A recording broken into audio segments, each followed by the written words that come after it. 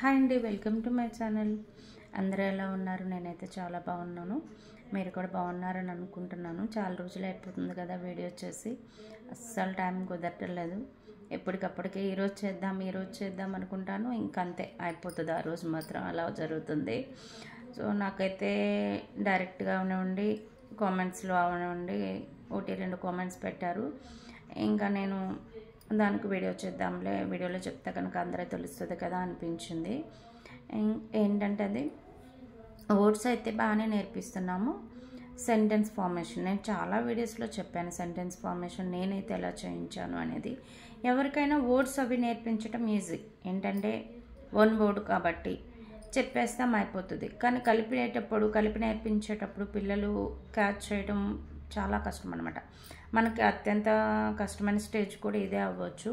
Words కలిపి sentence formation ఎలాగ జరగాలి ఏంటనేది. వర్డ్స్ వాళ్ళు క్యాచ్ చేసి వర్డ్స్ చెప్పడానికే టైం పడుతుంది. కానీ సెంటెన్స్ ఫార్మేషన్కి నాకు తెలిసి చర్యను దృష్టిలో పెట్టుకుని చెప్తున్నాను, ఇంకా టైం పడుతుంది అన్నమాట. అంత తొందరగా అయితే సెంటెన్స్ ఫార్మేషన్ అయితే చాలా కష్టము. చర్యకి దాదాపు పూర్తిగా మొత్తం క్లారిటీగా రావాలంటూ 4 years పట్టింది. 5 to 9లో ఇంకా పూర్తిగా అన్నమాట. 8లోనే వచ్చేసింది కాదన్నట్లే. నేను అన్నిట్లో 8 అని చెప్తాను, ఎందుకంటే అప్పటి వరకు బాగానే వచ్చింది. కానీ ఇప్పుడు లాంగ్వేజ్ రాని వాళ్ళు ఎలా మాట్లాడతాము? నాకు హిందీ అంత మంచిగా రాదు కదా. అప్పుడేం కొన్ని వర్డ్స్ గ్రామర్ పాయింట్స్ పోతాయి, మధ్యలో ఆగిపోతుంది అన్నమాట. సెంటెన్స్ చెప్పేటప్పుడు మాట్లాడేటప్పుడు ఎవరితోనైనా అంత తొందరగా గుర్తురాదు ఆ వర్డ్. అట్లా అన్నమాట. చెర్రీ కూడా అలా జరిగేది. తెలుగులో మాట్లాడుతున్నప్పుడు మధ్యలో ఆగిపోయేవాడు సడన్గా, ఆ వర్డ్ గుర్తు రాకపోవటం, లేకపోతే ఇంగ్లీష్ వర్డ్ని యూజ్ చేసేయటం అట్లా జరిగేది. సో అట్లా ఇంకా 9th వచ్చిన తర్వాత పూర్తిగా ఆ టైంకి ఇంకా కరోనా వచ్చేసింది. ఇంట్లోనే ఉంటున్నాడు, పూర్తిగా తెలుగు మాట్లాడుతూ ఇంకా బయట హిందీలో మాట్లాడటం తగ్గిపోయింది కదా, ఇంకా తెలుగు పూర్తిగా వచ్చేసింది అనమాట.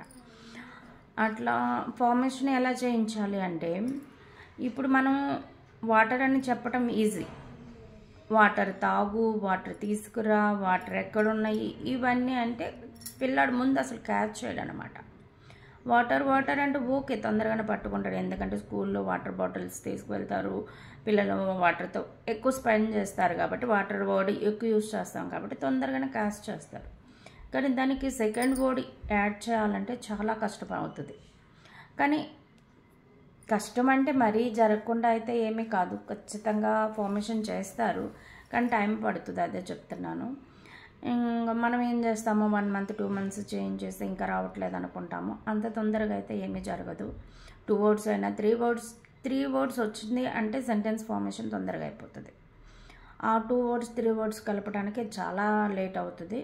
సో మీరైతే ఏం భయపడాల్సిన అవసరం లేదు. నాకైతే మనం ప్రాక్టీస్తో ఖచ్చితంగా వచ్చేస్తుందని అనుకున్నాను.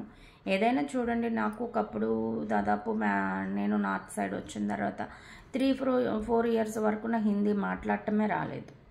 కానీ తర్వాత వచ్చింది కదా, ఇప్పుడు బాగానే మనం తెలుగు ఎలా మాట్లాడతాను అలా హిందీ కూడా మాట్లాడగలుగుతున్నాను. ఇంకా మనం పెద్ద అన్నీ తెలిసిన మనకి ఎంత టైం పడుతుంది అంటే, చిన్నపిల్లలు వాళ్ళకి ఏం తెలియదు, అందులోనే మన కిడ్స్ కొంచెం ప్రాబ్లమాటిక్. సో వీళ్ళకి కొంచెం ఇంకా లేట్ అవుతుంది అంతే. రాదు అని మాత్రం అనుకోవాల్సిన అవసరం లేదు, ఖచ్చితంగా వస్తుందండి. నేనైతే ఎక్స్పీరియన్స్తోనే చెప్తున్నాను.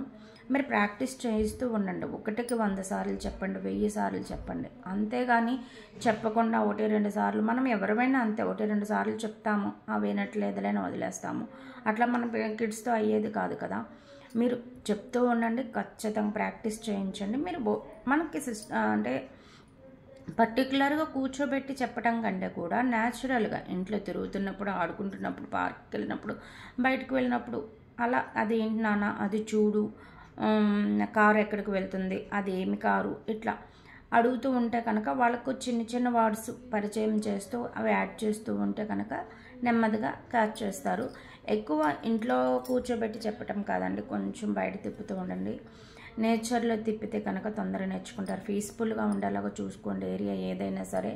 ఎందుకంటే మన వాళ్ళ పిల్లలు కొంచెం డిస్టర్బెన్సెస్ వచ్చినా సరే డైవర్ట్ అయిపోతారు. మనం నేర్పించేటప్పుడు పక్కన ఎవరు ఉండొద్దు, బయటకు వెళ్ళినా సరే మనం చెప్పేది వినిపించుకోరు. ఇప్పుడు వచ్చేవాళ్ళు నాకు ఎవరు కాల్ చేసినా సరే అదే చెప్తున్నారు ఈ మధ్యన. మరీను అసలు ఊరికే డైవర్ట్ అయిపోతున్నాడు.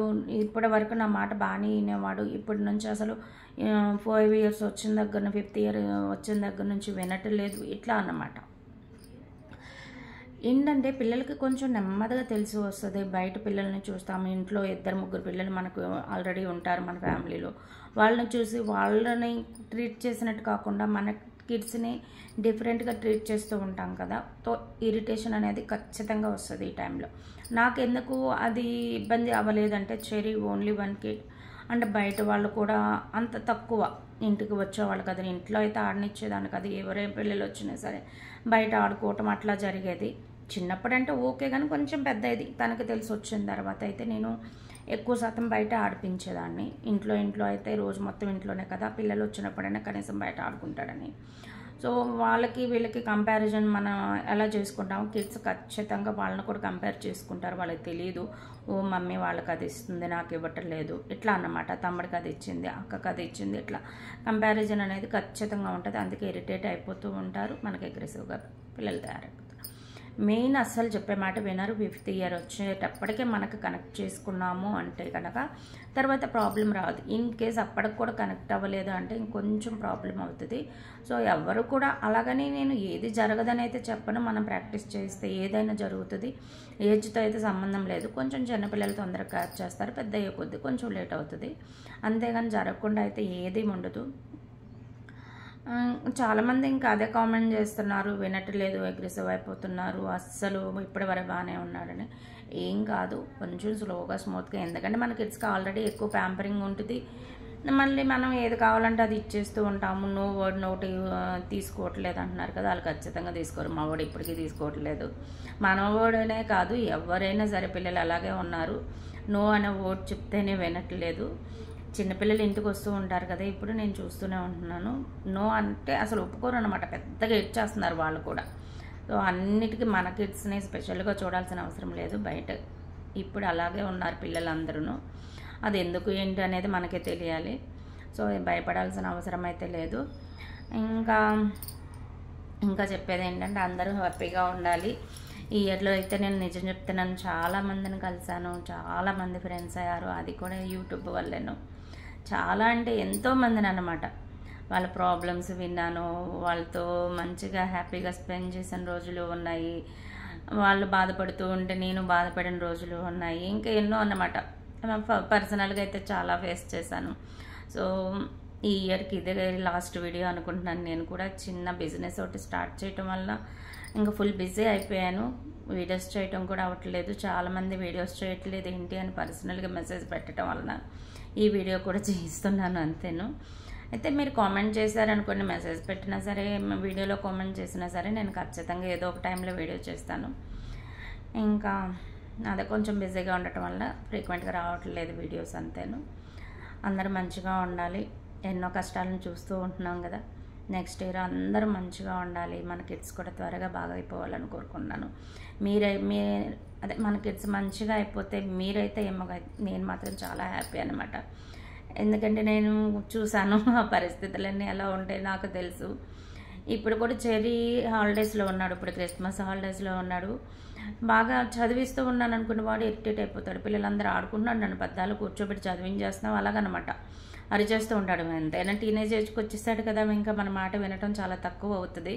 మనం కూడా ఎక్కువ రిస్ట్రిక్షన్స్ పెట్టడానికి కూడా అవ్వదు కాబట్టి ఇంకా అప్పుడు అంటూ ఉంటాడు. నేను ఎందుకంటే చరితో నేను ప్రాబ్లమ్స్ ఫేస్ చేసినవి చాలా ఉన్నాయి. చదువు విషయంలో అవనండి, పాపం వాడు ఏజ్ పిల్లలు అవనివ్వండి, పక్కన వాళ్ళు అవనివ్వండి, పాపం చాలా ఇంకా సపరేట్గానే చూసేవాళ్ళు అన్నమాట. వీడు సరిగ్గా చదువుడు, ఇంకా అలా అన్నమాట. ఇంకా అందుకనే దేంట్లో కూడా తక్కువలో ఉండకూడదు, నా కిడ్ మంచిగా ఉండాలి, ఎవరిమైనా అంతే కదా. ఇంకా అలా చదివిస్తూ ఉంటాను. పాపం వాడేమో ఇబ్బంది పడిపోతూ ఉంటాడు. ఇప్పుడు వీడియో చేసే ముందు కూడా అదే అన్నాడు, నువ్వు పద్దాలు చదువు అంటున్నావు, నేను చదవను అది ఇది అంటున్నాడు. కానీ నెమ్మదిగా చెప్తే వాడు చదువుతాడు. లేదు నాన్న చదవాలి, మంచి మార్క్స్ రావాలి అంటే చదువుతాడు. కానీ అరిచానంటే మాత్రం అస్సలు తీసుకోడు అనమాట. అట్లా ఉన్నారు పిల్లలు, పెద్దవైన తర్వాత అయినా సరే, చిన్న పిల్లలైనా సరే. సో వాడు కూడా మీకు ఏదో చెప్పాలంట. వీడియో అయిపోయేటప్పుడు నన్ను లాస్ట్లో పిలవమని చెప్పాడు, పిలుస్తాను, మీరు లైన్లో ఒక్క నిమిషం. అందరికి అడ్వాన్స్ హ్యాపీ న్యూ ఇయర్. అచ్చా, ఇది చెప్పడానికేనా? ఇంకేమన్నా చెప్తావేమో అనుకున్నాను రా. సరే అయితే అందరికీ నూతన సంవత్సర శుభాకాంక్షలు అడ్వాన్స్గా. ఫస్ట్ మేమే చెప్తున్నాం అనుకుంటాను. అందరు మంచిగా ఉండాలి, అందులో మేము కూడా ఉండాలని కోరుకుంటున్నాము. Thank you so much. Bye bye. Bye.